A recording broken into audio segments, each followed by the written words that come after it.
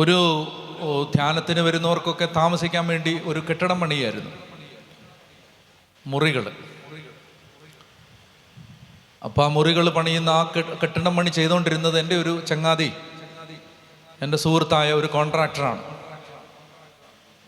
അപ്പം നമ്മുടെ പ്രാരാബ്ധമൊക്കെ അറിയാവുന്നതുകൊണ്ട് അങ്ങേര് വളരെ മാന്യതയോടെ വളരെ അപൂർവം ചില സന്ദർഭങ്ങളിലേ കാശ് ചോദിക്കത്തുള്ളൂ. കോൺട്രാക്ടർക്ക് പല പണികളുള്ളതുകൊണ്ട് ഇങ്ങനെ തിരിച്ചു മറിച്ചുമൊക്കെ നിൽക്കാം. അപ്പം എന്നോട് ഒത്തിരി ബുദ്ധിമുട്ടുണ്ടെങ്കിലേ കാശ് ചോദിക്കും. പണിയൊക്കെ ഇങ്ങനെ നടന്നുകൊണ്ടിരിക്കുകയാണ്, നിർബാധം, കാശ് അധികം ചോദിക്കുന്നില്ല. അപ്പം എൻ്റെ ഒരു ധാരണ കാശൊക്കെ ഇങ്ങനെ ഓഫീസിൽ ബില്ലൊക്കെ കൊടുത്ത് വാങ്ങിച്ചുകൊണ്ട് പോകുന്നുണ്ടെന്നുള്ളതാണ് എൻ്റെ ഒരു ധാരണ. പക്ഷെ ഈ പുള്ളി ചോദിക്കുന്നില്ലായിരുന്നു. അവസാനം ഇങ്ങേരുമായി ബന്ധപ്പെട്ട ഒരു തൊഴിലാളി എൻ്റെ അടുത്ത് വന്നിട്ട് പറഞ്ഞു, എൻ്റെ അച്ഛൻ ഒരുപാട് കാശ് കൊടുക്കാനുണ്ടോ എന്ന് ചോദിച്ചു നമ്മുടെ കോൺട്രാക്ടറിന്. ഞാൻ പറഞ്ഞു ഇല്ല. അല്ല ഉണ്ട്. ഞാൻ പറഞ്ഞില്ല.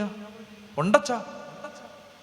പുള്ളിക്ക് കടമായിട്ട് ഈ സാധനം വാങ്ങിക്കുന്ന കടയുടെ ഫ്രണ്ടിൽ വേറെ വഴി കൂടെ ഇപ്പോൾ പോണേന്ന് പറഞ്ഞു. അച്ഛൻ കൊടുക്കാനുണ്ടെങ്കിൽ കൊടുക്കണേ അച്ഛാന്ന്. എനിക്ക് ഭയങ്കര നാണക്കേടായിപ്പോയി. ഞാൻ ഉടനെ ഈ പുള്ളിയെ വിളിച്ചിട്ട് പറഞ്ഞു, നീ എന്ത് പരിപാടി കാണിച്ചത്? നിനക്ക് ഒരുപാട് കാശ് ഞാൻ തരാനുണ്ടോ? അതാണ്ടാ നിന്റെ തൊഴിലാളി വന്നിട്ട് എൻ്റെ അടുത്ത് പറയുന്നത് ഇങ്ങനെ. അപ്പോൾ പറഞ്ഞു ഉണ്ടച്ചാ. ഞാൻ അച്ഛന് ബുദ്ധിമുട്ടൊക്കെ ആയതുകൊണ്ട് ചോദിക്കാത്തതാണ്. ഞാൻ പറഞ്ഞു, നീ എൻ്റെ ബുദ്ധിമുട്ടൊന്നും നോക്കണ്ട, മര്യാദയ്ക്ക് ബില്ല് കൊണ്ടുപോകാം, വെറുതെ മനുഷ്യന് നാണക്കേട് ഉണ്ടാക്കാൻ വേണ്ടി. ബില്ലെല്ലാം കൂടെ കൊണ്ടുവന്നപ്പോൾ ഉണ്ടല്ലോ 65 ലക്ഷം രൂപ ഞാൻ കൊടുക്കാറുണ്ട്. ബില്ല് ചോദിച്ചല്ലോ എന്നായിപ്പോയി ഞാൻ.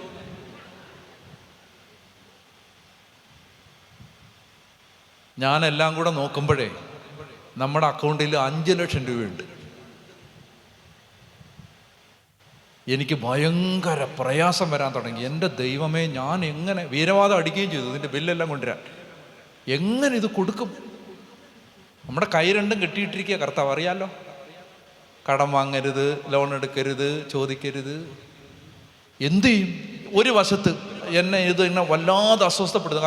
കാരണം എൻ്റെ ദൈവമേ, ഒരു പാവപ്പെട്ടവൻ വിഷമിക്കുകയാണല്ലോ എന്നോർത്ത് എനിക്ക് സങ്കടം സഹിക്കാൻ പറ്റുന്നില്ല.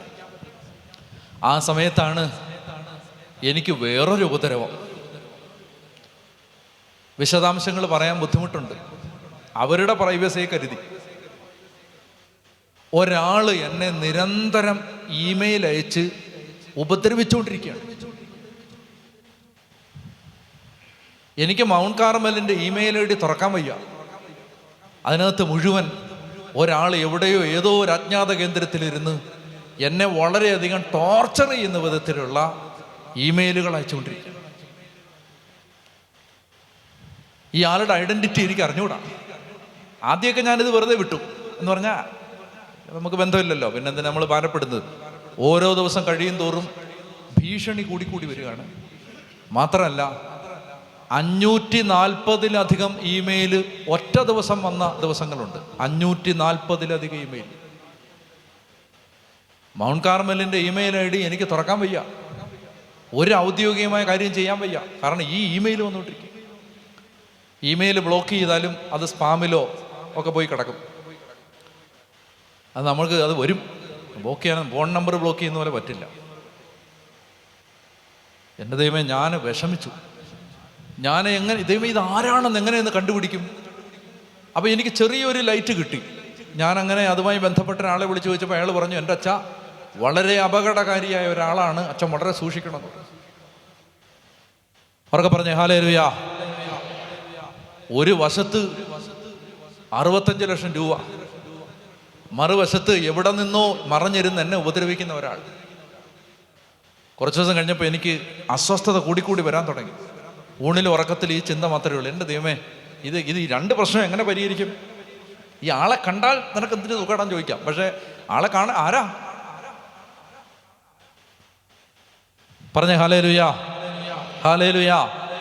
എൻ്റെ പ്രിയപ്പെട്ട സഹോദരങ്ങളെ, അങ്ങനെ ഇരിക്കുമ്പോൾ ഞാൻ ഒരിക്കൽ കുളിച്ചുകൊണ്ടിരിക്കുകയാണ്. നടന്ന പോലെ പറയുന്നുണ്ട്, എങ്ങനെ പറയുന്നത് കേട്ടോ. എനിക്ക് വേണമെങ്കിൽ ഞാൻ എഴുതിക്കൊണ്ടിരിക്കുമ്പോഴെന്ന് പറയാം, പക്ഷേ ശരിക്കും കുളിച്ചുകൊണ്ടിരിക്കുമ്പോഴാണ്, അതുകൊണ്ടാണ് ഞാൻ കുളിച്ചുകൊണ്ടിരിക്കുമ്പോൾ ഒരു വചനം എൻ്റെ അകത്ത് ഇങ്ങനെ കയറി വന്നു. ആ വചനം ഞാൻ ആ ദിവസങ്ങളിലൊന്നും വായിച്ചതല്ല. ആ വചനം എങ്ങനെയാണ്? സോളമൻ ഗിബയോനിലുള്ള പൂജാഗിരിയിലേക്ക് പോയി. അവിടെ അവൻ 1000 ദഹനബലികൾ അർപ്പിച്ചിട്ടുണ്ടായിരുന്നു. അവിടെ വെച്ച് ദൈവമായ കർത്താവ് അവന് പ്രത്യക്ഷനായി അരുളി ചെയ്തു, നിനക്ക് എന്ത് വേണമെങ്കിലും ചോദിച്ചോളാൻ പറഞ്ഞു. കുളിച്ചോണ്ടിരിക്കുമ്പോഴാണേ സോളമൻ ഗിബയോനിലുള്ള പൂജാഗിരിയിലേക്ക് പോയി. അവിടെ അവൻ 1000 ദഹനബലി അർപ്പിച്ചിട്ടുണ്ടായിരുന്നു. അവിടെ വെച്ച് ദൈവമായ കർത്താവിന് പ്രത്യക്ഷനായി, നിനക്ക് എന്നാ വേണമെന്ന് ചോദിച്ചു. എനിക്ക് പെട്ടെന്നൊരു കാര്യം എൻ്റെ ഉള്ളിൽ കത്തി. 1000 ദഹനബലി സോളമൻ അർപ്പിച്ചപ്പോൾ ദൈവം പ്രത്യക്ഷപ്പെട്ടു, എന്നാ വേണോടാൻ ചോദിച്ചു. ഞാൻ വേഗം തോർത്തി, വേഗം ഡ്രസ്സ് മാറി, വേഗം പുറത്ത് വന്ന് ബൈബിൾ എടുത്ത് ഒന്നുകൂടെ വായിച്ചപ്പോൾ സംഭവം ഇതാണ്: 1000 ദഹനബലി അർപ്പിച്ചപ്പോൾ ദൈവം പ്രത്യക്ഷപ്പെട്ടു. എനിക്കൊരു കാര്യം മനസ്സിലായി, 1000 കുർബാന ചൊല്ലിയാൽ ദൈവം പ്രത്യക്ഷപ്പെടും. ദൈവം പ്രത്യക്ഷപ്പെടുമ്പോൾ എനിക്ക് 2 കാര്യങ്ങൾ ചോദിക്കാനുണ്ട്. ഒന്ന്, 65 ലക്ഷം രൂപ. 2, ഈ ഏടാ കൂടെ ഏതാ? ഞാനൊരു പൊട്ടനെ പോലെ വിശ്വസിച്ചു. എന്താണെന്നറിയാം? 1000 കുർബാന ചൊല്ലിയാൽ ദൈവം പ്രത്യക്ഷപ്പെടും. പിന്നാണ് ഞാനതിൻ്റെ പ്രായോഗികത മനസ്സിലായത്. 1000 കുർബാന ചൊല്ലണമെങ്കിൽ 1000 ദിവസം വേണ്ടേ? 1000 ദിവസം ഈ കോൺട്രാക്ടർ വെയിറ്റ് ചെയ്താലും മറ്റേ ആൾ വെയിറ്റ് ചെയ്യുമെന്ന് തോന്നുന്നു.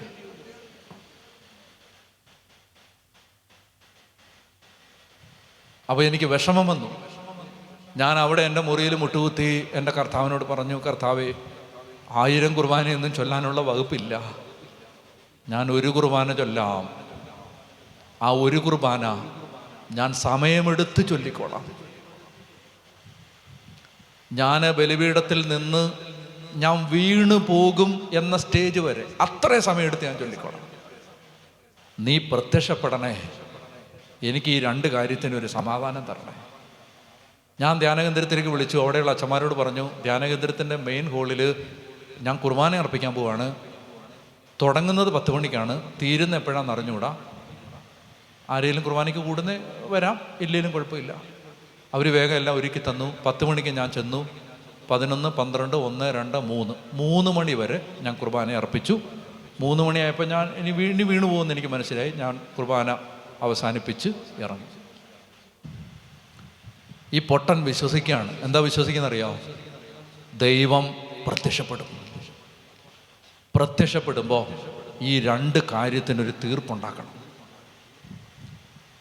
10 മണിക്ക് ഞാൻ കുർബാന ആരംഭിച്ചു. 11, 12 മണിക്ക് എന്നെ ഇമെയിൽ അയച്ച് ഉപദ്രവിച്ചുകൊണ്ടിരുന്ന ആൾ പുകയിട്ട് പാമ്പിനെ പുകച്ച് ചാടിക്കുമ്പോൾ പാമ്പ് വെളി വരുന്ന പോലെ മൗണ്ട് കാർമലിൻ്റെ ധ്യാന ഹോളിൽ കുർബാന നടക്കുന്ന സ്ഥലത്ത് എത്തി. അപ്പോൾ എനിക്ക് അറിഞ്ഞുകൂടാ ഈ ആളാണ്, അറിഞ്ഞുകൂടാ. 12 മണിക്കെത്തി. CCTV ഉണ്ട്, CCTV. എനിക്ക് അറിഞ്ഞുകൂടാ ഈ ആളാണ്. 3 മണിക്ക് ഞാൻ പോയി, ഈ ആൾ പോയിട്ടില്ല, അവിടെ ഉണ്ട്. അച്ഛന്മാരോട് ഞാൻ ഈ കാര്യം പറഞ്ഞിട്ടുണ്ട് അവിടെ. അപ്പോൾ അതിലെ ഒരു അച്ഛൻ മനസ്സിലാക്കി, ചില പ്രത്യേക സാഹചര്യങ്ങൾ കണ്ടിട്ട് മനസ്സിലാക്കി ഈ ആളാണത്. അപ്പോൾ അച്ഛൻ 6 മണിയായപ്പോൾ ഊട്ടി വന്നു എൻ്റെ അടുത്ത്. അച്ഛാ, മറ്റേ ആളാണത്, ഉച്ചയ്ക്ക് 12 മണിക്ക് വന്നതാണ്, അവിടെ ഉണ്ടെന്ന് പറഞ്ഞു.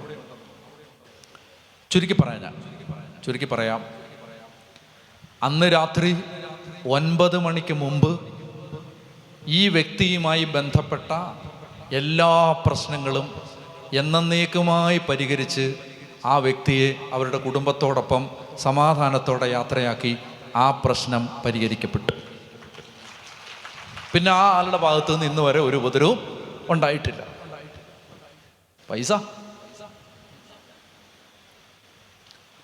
9 മണി കഴിയുമ്പോൾ ഈ കേസ് തീർന്നേ.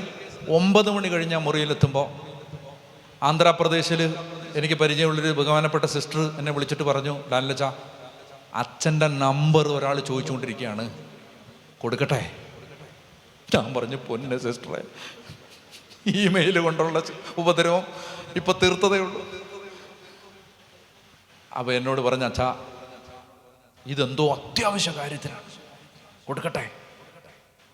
സിസ്റ്ററിന് അറിയാവൂരേ? അറിയാം. എന്നാ കൊടുക്ക്. 1 അരമണിക്കൂർ കഴിയുമ്പോൾ ഈ കുടുംബം എന്നെ വിളിച്ചു. വിളിച്ചിട്ട് അവരെന്നോട് പറയുകയാണ്,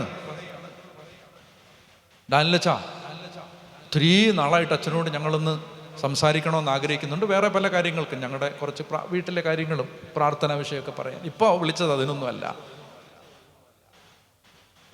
ഞങ്ങളുടെ തമിഴ്നാട്ടിലുണ്ടായിരുന്ന അമ്മയുടെ പേരിലുള്ള പ്രോപ്പർട്ടി വിറ്റു. ഞങ്ങൾ ബിസിനസ്സുകാരാണ്. ഞങ്ങൾക്കിപ്പോൾ ആ വസ്തു വിറ്റ് പിള്ളേർക്ക് കൊടുക്കേണ്ട ആവശ്യമില്ല. അപ്പം ഞാൻ ഭാര്യയും ഭർത്താവും ഞങ്ങളിങ്ങനെ ആലോചിച്ചു, എന്ത് ചെയ്യണം. ഉച്ചയ്ക്ക് ഞങ്ങൾ കുർബാനയ്ക്ക് പോയി, വിശുദ്ധ കുർബാനയ്ക്ക് പോയി. ഞങ്ങൾ നിൽക്കുമ്പോൾ ഞങ്ങൾ രണ്ടുപേരുടെ ഉള്ളിൽ അച്ഛൻ്റെ മുഖം തെളിഞ്ഞു. ഞങ്ങൾ കുർബാന കഴിഞ്ഞിറങ്ങിയിട്ട് എന്താണെന്നറിഞ്ഞൂടാ, ഡാനിയലച്ഛനെ ഓർക്കുക ഇടയ്ക്കിടയ്ക്ക്. അപ്പോൾ ചേച്ചി പറഞ്ഞു, അയ്യോ, ഈ കുർബാനയ്ക്ക് നിന്നപ്പോൾ ഞാനും ഓർക്കുകയാണ് ഡാനിയലച്ഛനെ. നിങ്ങൾക്കൊരു കാര്യം അറിയാമോ, ഇവരെന്നെ ഓർക്കുമ്പോൾ ഞാൻ അവിടെ കുർബാന ചൊല്ലുക. അവർ പറഞ്ഞു, നമുക്കേ ഇത് അച്ഛന് കൊടുക്കാം. അറിഞ്ഞൂടാ അച്ഛൻ വാങ്ങിക്കുമെന്ന്, ചോദിച്ചു നോക്കാം. എന്നോട് ചോദിക്കുകയാണ്, ഡാനിലച്ചാ, അമ്മയുടെ പേരിലുള്ള വസ്തു വിറ്റത് ഞങ്ങൾ തന്നാൽ അച്ഛൻ വാങ്ങുമോ? ഞാൻ പറഞ്ഞു, പൊന്നു ചേട്ടാ, എന്തും വാങ്ങുന്ന ഒരവസ്ഥയിലാണിപ്പോൾ.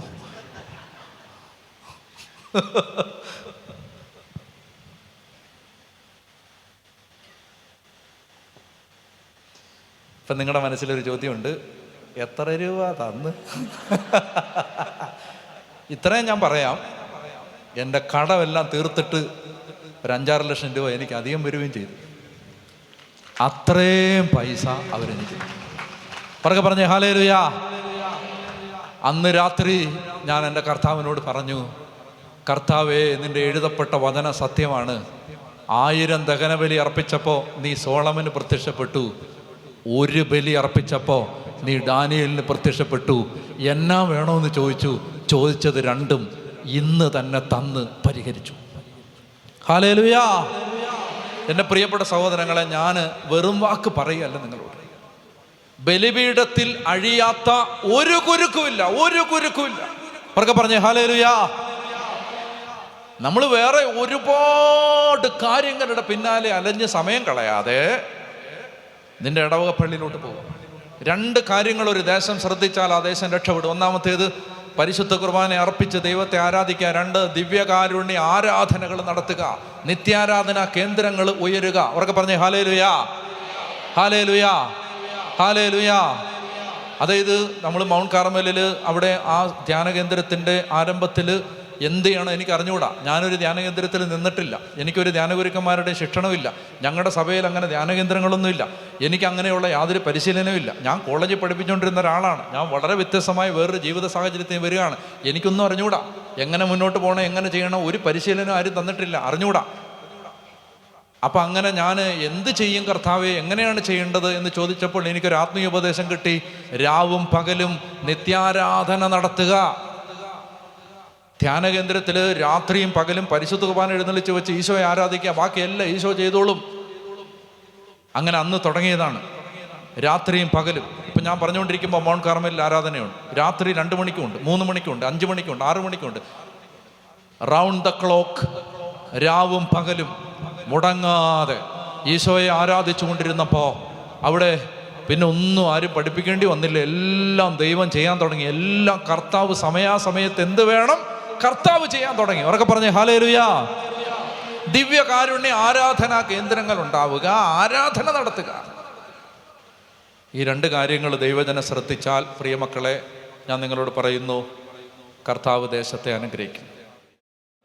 ബൈബിൾ പണ്ഡിതന്മാർ ഒരാളാണ് സ്കോട്ട് ഹാനെ പോലെയുള്ള ഒത്തിരി ഒരുപാട് പ്രൊട്ടസ്റ്റൻ്റ് വിശ്വാസത്തിൽ ജീവിച്ചിരുന്ന ആളുകൾ കത്തോലിക്ക തിരുസഭയുടെ മാതൃവാത്സല്യത്തിലേക്ക് മടങ്ങി വരാൻ അവരെ സഹായിച്ച ഒരധ്യായമാണ് യോഹന്നാൻ്റെ സുവിശേഷം 6-ാം അധ്യായം. അതുകൊണ്ട് ദിവ്യകാരുണ്യത്തെക്കുറിച്ച് ചർച്ച ചെയ്യുമ്പോൾ യോഹന്നാൻ 6 പരാമർശിക്കാതെ ആ ചർച്ച പൂർണ്ണമാവില്ല. അതുകൊണ്ട് നമ്മൾ ഇന്ന് ഈ സായാഹ്ന വിചിന്തനത്തിന് യോഹന്നാൻ 6-ാം അധ്യായം എടുക്കുകയാണ്. ഞാൻ സൗകര്യത്തിനായിട്ട് യോഹന്നാൻ 6-ാം അധ്യായത്തെ 5ആയി തിരിക്കുകയാണ്. യോഹന്നാൻ 6-ാം അധ്യായത്തെ 5 ഭാഗങ്ങളായി തിരിക്കുന്നു. അറിയാവുന്ന കാര്യങ്ങളാണ്, പെട്ടെന്ന് പറഞ്ഞു പോകുന്നു. ഒന്നാമത്തേത്, ഈശോ അപ്പം വർദ്ധിപ്പിക്കുന്നു. പറയാം. ഒന്നാമത്തേത്, ഈശോ അപ്പം വർദ്ധിപ്പിക്കുന്നു. പറയാവോ? രണ്ടാമത്തേത്, ഈശോ വെള്ളത്തിൻ്റെ മീതെ നടക്കുന്നു. പറയാവോ? നാട്ടുമ്പുറത്തൊക്കെ ആളുകൾ വെള്ളത്തിൻ്റെ പുറത്ത് നടക്കുന്നു എന്നൊക്കെ പറയാറുണ്ട്. വെള്ളത്തിൻ്റെ പുറത്ത് പറഞ്ഞതാ എന്നൊക്കെ.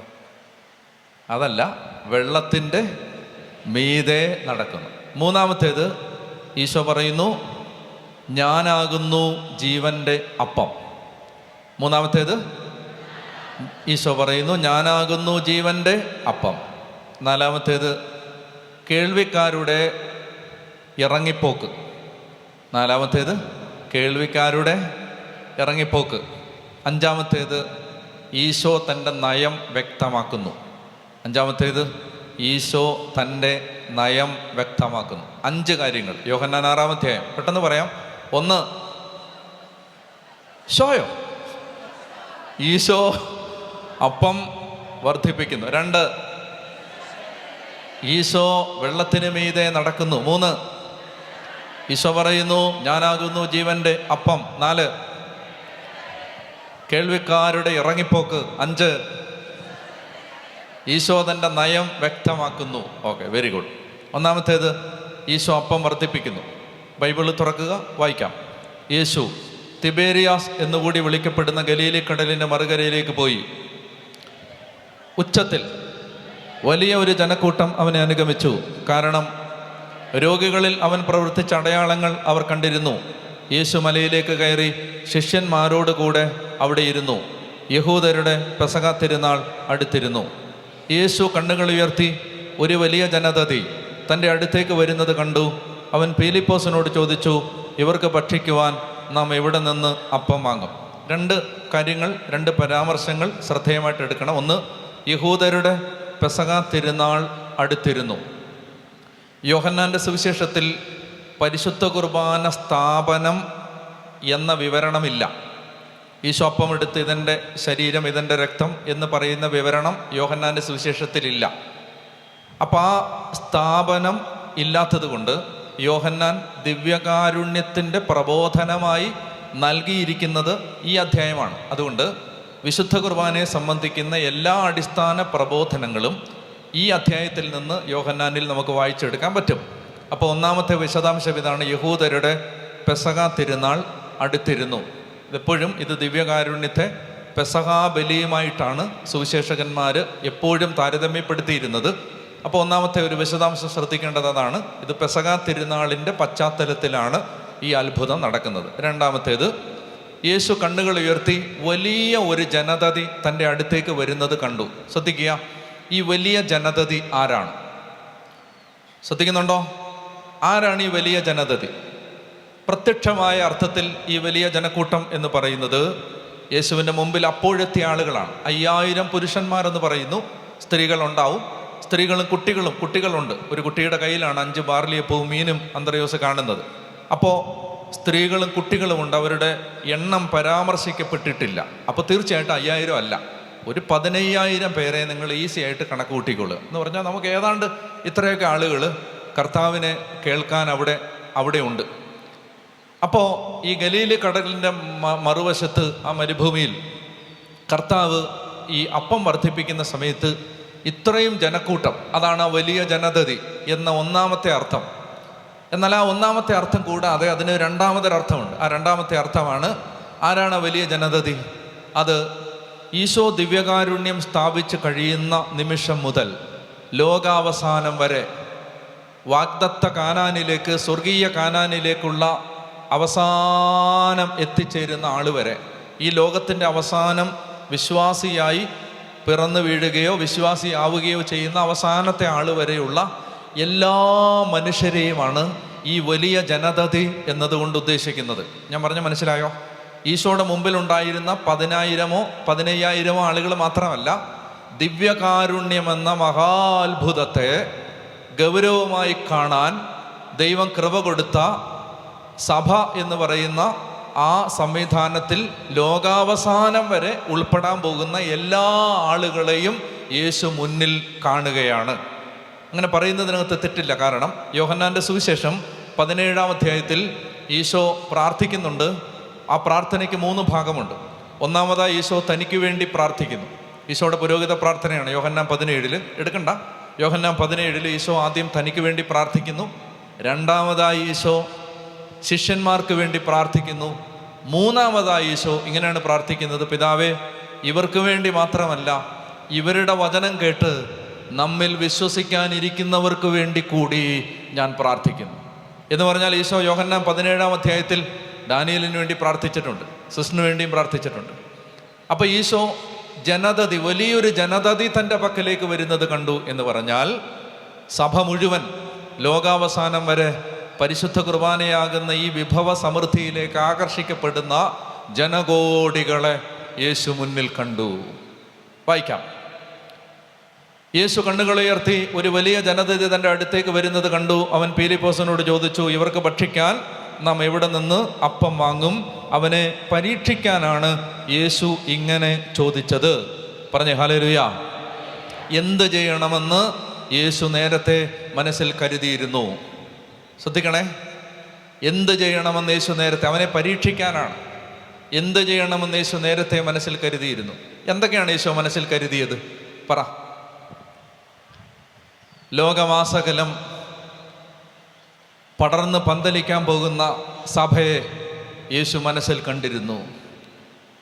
ഓരോ അൾത്താരയിലും ബലിയർപ്പിക്കുന്ന പുരോഹിതരെ യേശു മനസ്സിൽ കണ്ടിരുന്നു. ഓരോ ദിവസവും പരിശുദ്ധ കുർബാനയ്ക്ക് വരാൻ വേണ്ടി കഷ്ടപ്പെട്ട് വീട്ടിലെ ജോലിയെല്ലാം തീർത്ത് കുഞ്ഞുങ്ങളെല്ലാം ഒരുക്കി അവർക്ക് ഭക്ഷണമെല്ലാം ഉണ്ടാക്കി വെച്ചിട്ട് എല്ലാ കാര്യങ്ങളും വെളുപ്പിനെ എഴുന്നേറ്റ് ഉറക്കം തികയാതെ ചെയ്തു തീർത്തിട്ട് ആ പള്ളിയിലേക്ക് ഓടുന്നൊരു വീട്ടമ്മയെ യേശു നേരത്തെ കണ്ടിരുന്നു. ദിവ്യകാരുണ്യവുമായി ബന്ധപ്പെട്ട് ഈ ലോകത്ത് നടക്കാൻ പോകുന്ന എല്ലാ ദൈവിക സംവിധാനങ്ങളെയും യേശു നേരത്തെ മനസ്സിൽ കണ്ടിരുന്നു. പറഞ്ഞേ ഹല്ലേലൂയ, പറഞ്ഞേ ഹല്ലേലൂയ. അതെല്ലാം യേശു നേരത്തെ മനസ്സിൽ കണ്ടിരുന്നു. ഈ ദിവ്യകാരുണ്യ കോൺഗ്രസ് യേശു നേരത്തെ മനസ്സിൽ കണ്ടിരുന്നു. പറഞ്ഞേ ഹല്ലേലൂയ, പറഞ്ഞേ ഹല്ലേലൂയ. അപ്പം അതുകൊണ്ട് എന്ത് ചെയ്യണമെന്ന് യേശു നേരത്തെ മനസ്സിൽ കരുതിയിരുന്നു. ഫിലിപ്പോസ് മറുപടി പറഞ്ഞു, ഓരോരുത്തർക്കും അല്പം വീതം കൊടുക്കാൻ 200 ദനാറയ്ക്കുള്ള അപ്പം പോലും തികയില്ല. ശിഷ്യന്മാരിൽ ഒരുവനും ശിമയോൻ പത്രോസിൻ്റെ സഹോദരനുമായ അന്ത്രയോസ് അവനോട് പറഞ്ഞു, 5 ബാർലി അപ്പവും 2 മീനും കൈവശമുള്ള ഒരു കുട്ടി ഇവിടെയുണ്ട്, എന്നാൽ ഇത്രയും പേർക്ക് അതെന്തുണ്ട്? യേശു പറഞ്ഞു, ആളുകളെല്ലാം ഭക്ഷണത്തിനിരുത്തുവിൻ. ആ സ്ഥലത്ത് പുല്ല് തഴച്ച് വളർന്നിരുന്നു. 5000-ഓളം വരുന്ന പുരുഷന്മാർ അവിടെ ഇരുന്നു. എനിക്കൊരു ചെറിയ പരാമർശം ഇതുമായി ബന്ധപ്പെട്ട് നടത്താനുണ്ട്. ഇരുന്നു. നിങ്ങൾ റിക്ലൈനിങ് ചെയർ എന്ന് കേട്ടിട്ടുണ്ടോ?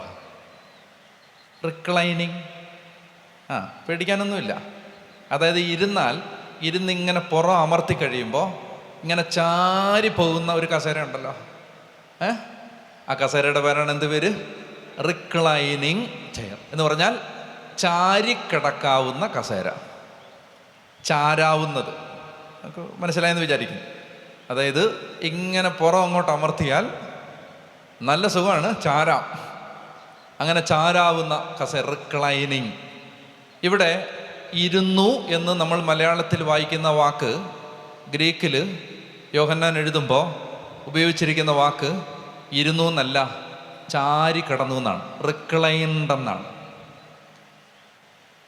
എന്ന് പറഞ്ഞാൽ വിശുദ്ധ കുർബാന സ്ഥാപിക്കുന്ന സമയത്ത് യോഹന്നാൻ യേശുവിൻ്റെ വക്ഷത്തിൽ റിക്ലൈനിങ്, ചാരി കിടന്നു. എന്താ അതിൻ്റെ അർത്ഥം എന്നറിയാമോ? ലോകത്തുള്ള സകല മനുഷ്യൻ്റെയും, ഞാൻ ആദ്യത്തെ ദിവസം പറഞ്ഞില്ലേ, എന്ത് തരാനാണ് നമ്മെ ആരാധിക്കാൻ ദൈവം വിളിച്ചത്? വിശ്രമം. വിശ്രമം. 23-ാം സങ്കീർത്തനത്തിൽ ഒരു വാക്യമുണ്ട്. അവിടെ തന്നെ പച്ചയായ ഇവിടെ എന്താ വായിച്ചേ? അവിടെ ഇഷ്ടം പോലെ പുല്ല് തഴച്ച് വളർന്നിരുന്നു. ഇനി 23-ാം സങ്കീർത്തനം വായിക്കും. കർത്താവിൻ്റെ ഇടയനാണ്, എനിക്കൊന്നിനും കുറവുണ്ടാവുകയില്ല. പച്ചയായ പുൽത്തകിടിയിൽ അവിടുന്ന് ഞാൻ വായിക്കുന്നതായിരിക്കും നല്ലത്. അവിടുന്ന് എനിക്ക് വിശ്രമം അരുളുന്നു. പ്രശാന്തമായ ജലാശയത്തിലേക്ക് അവിടുന്ന് എന്നെ നയിക്കുന്നു. അവിടുന്ന് എനിക്ക് ഉന്മേഷം നൽകുന്നു. എന്തോ തൻ്റെ നാമത്തെ പ്രതി നീതിയുടെ പാതയിൽ എന്നെ നയിക്കുന്നു. മരണത്തിൻ്റെ നിഴൽ വീണ താഴ്വരയിലൂടെയാണ് ഞാൻ നടക്കുന്നതെങ്കിലും അവിടുന്ന് കൂടെയുള്ളതിനാൽ ഞാൻ ഭയപ്പെടുകയില്ല.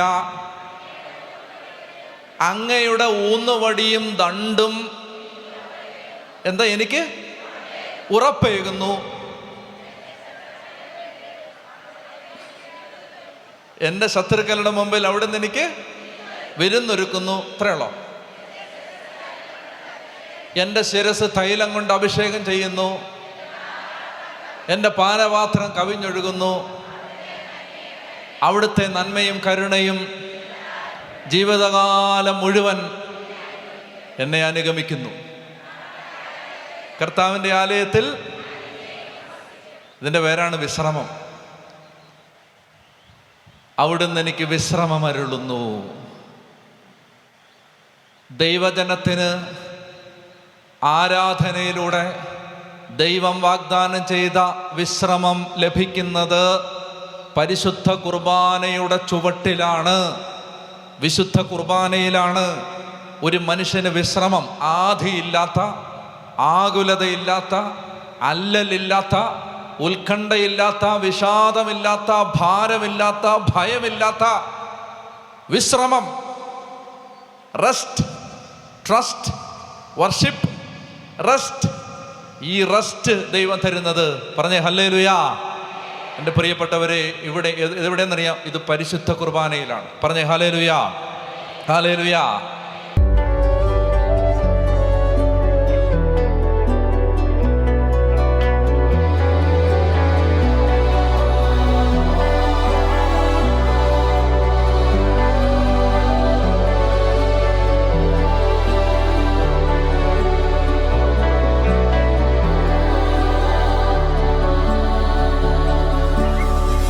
വാക്കുകൾ പോരാ പോരാ നാഥ നിന്നെ ആരാധിക്കാൻ.